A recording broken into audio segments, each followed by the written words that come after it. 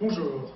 Dans cette vidéo, je vais vous démontrer les angles 11, 13 et 15 qui sont des abanicots. Alors, qu'est-ce qu'un abanico? C'est un mouvement en éventail, c'est-à-dire que ça fait ceci, cela, soit c'est dirigé vers le bas, soit c'est dirigé vers le haut, soit c'est dirigé vers le haut, etc.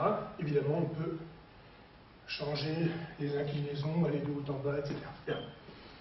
Alors, je rappelle l'ensemble des angles de base que j'utilise: angle 1, angle 2, angle 3, angle 4, angle 5, angle 6, angle 7, angle 8, angle 9, angle 10.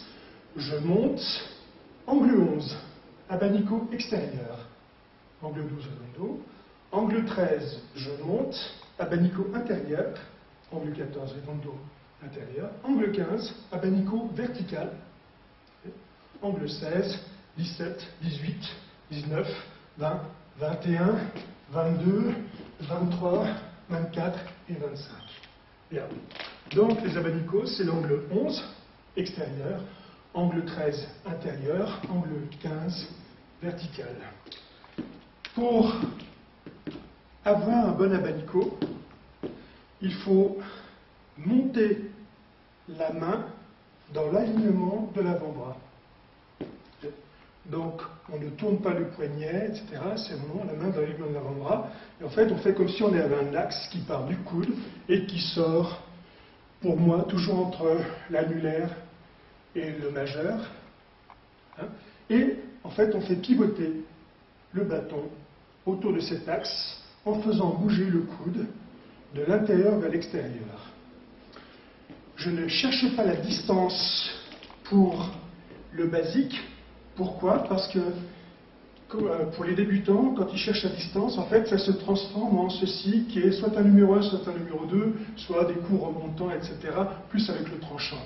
Ce sont des mouvements avec les axes simples, c'est-à-dire quand je frappe, ça fait un escalier, vous voyez, ici, et de l'autre côté, ça fait aussi un escalier de l'autre côté. D'accord? Bien. Donc, l'angle 11. L'angle 11, je monte la main droite, puisque j'ai le bâton dans la main droite, pointe sur la gauche. Je fais pivoter mon avant-bras, et je fais pivoter mon poignet au-dessus de l'avant-bras. Et je frappe, donc je pars d'ici, et je fais passer le bâton au-dessus de ma tête, et je frappe ici. Là, le dos de la main est vers l'extérieur. Okay? Donc je fais ceci. Et ensuite je reviens. Je remonte, je monte la main droite, pointe du bâton sur la gauche, je balance mon avant-bras et mon poignet, et je laisse pivoter le bâton pour faire une frappe ici, etc. Donc je monte, je frappe. Je monte, je frappe. Okay? Pour pouvoir frapper correctement avec un abanico, je ne peux pas être de pied ferme. C'est-à-dire que si je bloque mon pied au sol et que je fais ça, je m'arrête là. Donc ici, je libère la hanche droite, puisque c'est le bâton droit. Je libère la hanche droite. Pour le basique, je me mets un peu comme sur le bol de pied, version japonaise.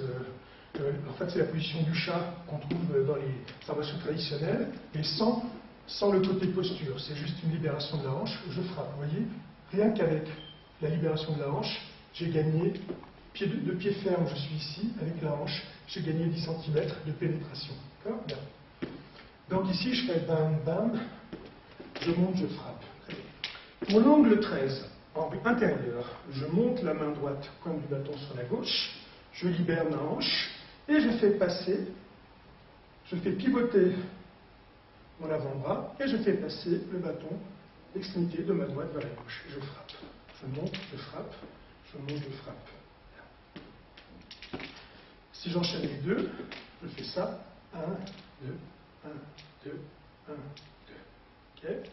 Je vais vous montrer ça avec un partenaire. Je le fais assister par Benjamin Cherif. Tu vas te mettre là.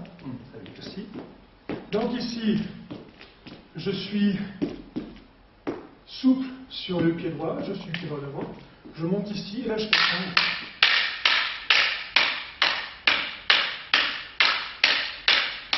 Ok.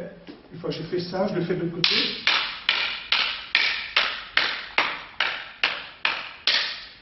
Voilà. Pour travailler le abanico horizontal, voici ce que vous pouvez faire.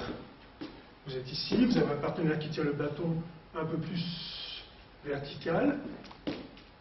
La pointe du bâton est au niveau du haut de sa tête, etc. Comme ça, vous pouvez vous lâcher un petit peu. Et là, vous faites un, 2, 3, 4, 5, 6, 7, 8, 9, 10. Après, vous tenez celui qui le fait. Puis après, vous changez de main. Vous faites 1, 2, 3, 4, 5, 6, 7, 8, 9, 10. Vous tenez celui qui le fait à gauche, etc. etc. D'accord? Bien. Merci.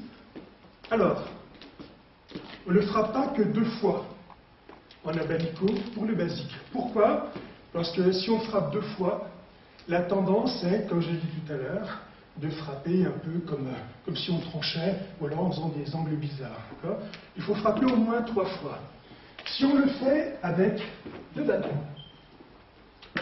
ici, tu prends un deuxième bâton, voilà. Donc ici, pour travailler, si je suis de face, si je suis pied droit devant, je libère mon pied droit. Si je suis pied gauche devant, je libère, etc.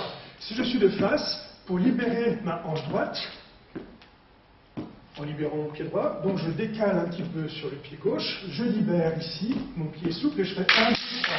Je libère, 1, 2, 3. Je libère, 1, 2, 3. Je vais à droite, 1, 2, 3. 1, 2, 3. 1, 2, 3. D'accord? Bien. Merci. Alors, ça c'est pour les angles 11, les angles 13, etc. Évidemment, le basique on le fait ici, après rien n'empêche de le faire sur les bras. Quand on frappe avec ceci, on frappe, si j'ai une épée, je ne frappe pas comme ça, okay. Je viens frapper, je suis avec le plat ici, je suis avec le plat. Ce qui permet d'assommer une personne, ou de frapper une partie, les mains, etc., pour lui faire mal sans avoir besoin de trancher, effectivement. Ce sera un peu plus visible sur l'angle 15, donc l'abanico vertical. Donc ici, même chose, je fais juste ceci, je monte, je pivote. Je ne cherche pas la distance au départ, tout simplement parce que moi je sais ce que je fais, donc j'ai la chaîne articulaire qui obéit à mes ordres, qui fait bien un abanico, mais au départ les gens font plutôt ça, c'est-à-dire qu'ils balancent avec l'avant-bras, d'accord? Le travail c'est rotation du poignet dans l'axe de l'avant-bras. Avec une lame, ça donne ceci, et ça donne cela, si je me mets un peu comme ici, ça donne cela. Je vais demander à Benjamin de venir.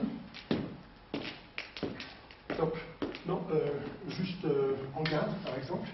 Donc ici, si je fais le 11, comme tout à l'heure, je mets ici, j'ai le plat. D'accord? Si je fais le 13, j'ai le plat. S'il est en garde, ici, je peux faire ceci, j'ai le plat, je peux faire ça, j'ai le plat. Mais là, c'est beaucoup moins facile quand les mains sont en bas, parce que le temps de faire ça, en fait, il a le temps de contre-attaquer, parce que même si le mouvement est rapide, la longe n'est pas tout à fait la même, et surtout, la position fait que c'est difficile de revenir très très vite. D'accord? Bien. Donc ici, j'ai le numéro 15, donc l'abanico vertical. L'abanico vertical. Monte un peu plus, etc. Voilà, abanico vertical. Alors, j'essaie de ne pas j'essaie de contrôler ma frappe, l'abanico vertical. Vous voyez, l'abanico vertical est intéressant parce que, comme vous voyez, ça peut attaquer, que ce soit avec le plat d'une lame ou avec un bâton, ça peut attaquer sa main intérieure ou extérieure, l'autre main évidemment. Bien. Mais c'est un autre avantage, c'est-à-dire que là, je vais le montrer sur la poitrine, tu te mets juste là. Avance un petit peu, merci. Laisse le bâton. En fait, si je veux frapper, je peux frapper là. Okay? Je peux frapper là. Je peux frapper là, je peux frapper les mains comme vous l'avez vu, etc. Mais je peux aussi, avec une lame, je peux aussi entrer. Je vais le faire sur la poitrine pour éviter de le blesser, évidemment. Okay? On peut le faire évidemment sur la main, on peut le faire à l'œil. Je viens ici, au lieu de frapper verticalement comme ça, je fais la même chose, mais je jette la pointe vers l'avant. Je jette la pointe vers l'avant, et avec une épée, c'est difficile quand on ne veut pas faire mal. Et avec une épée, en fait, ça entre dedans et ça ressort tout de suite. Donc ça fait soc et ça repart. Si on le fait sur une main, j'y vais doucement évidemment, on recule un tout petit peu. Merci. Je fais zam, vous voyez, zam et ça repart. Vous voyez, zam et ça repart. Zam, zam et ça repart. Donc en fait, je peux choisir de frapper pour qu'il lâche le bâton, pour abîmer. Okay. Je peux aussi choisir d'entrer et de déchirer la main au passage. Voilà. Et donc du coup, après, c'est plus facile pour enchaîner quelque chose sur cette main ou ailleurs, évidemment. D'accord? Merci. Donc, vous avez angle 11, abanico extérieur. Donc, extérieur, pourquoi je pars de l'intérieur, je vais de l'extérieur. Abanico 13, intérieur, je monte la main et le point du bâton à l'extérieur et je vais à l'intérieur. Et abanico 15, je frappe ici. Méthode d'entraînement, bâton, tenue, bam, bam, bam, bam, bam, voilà, frappe, frappe, et vous avez différentes manières de frapper. Merci, bon entraînement.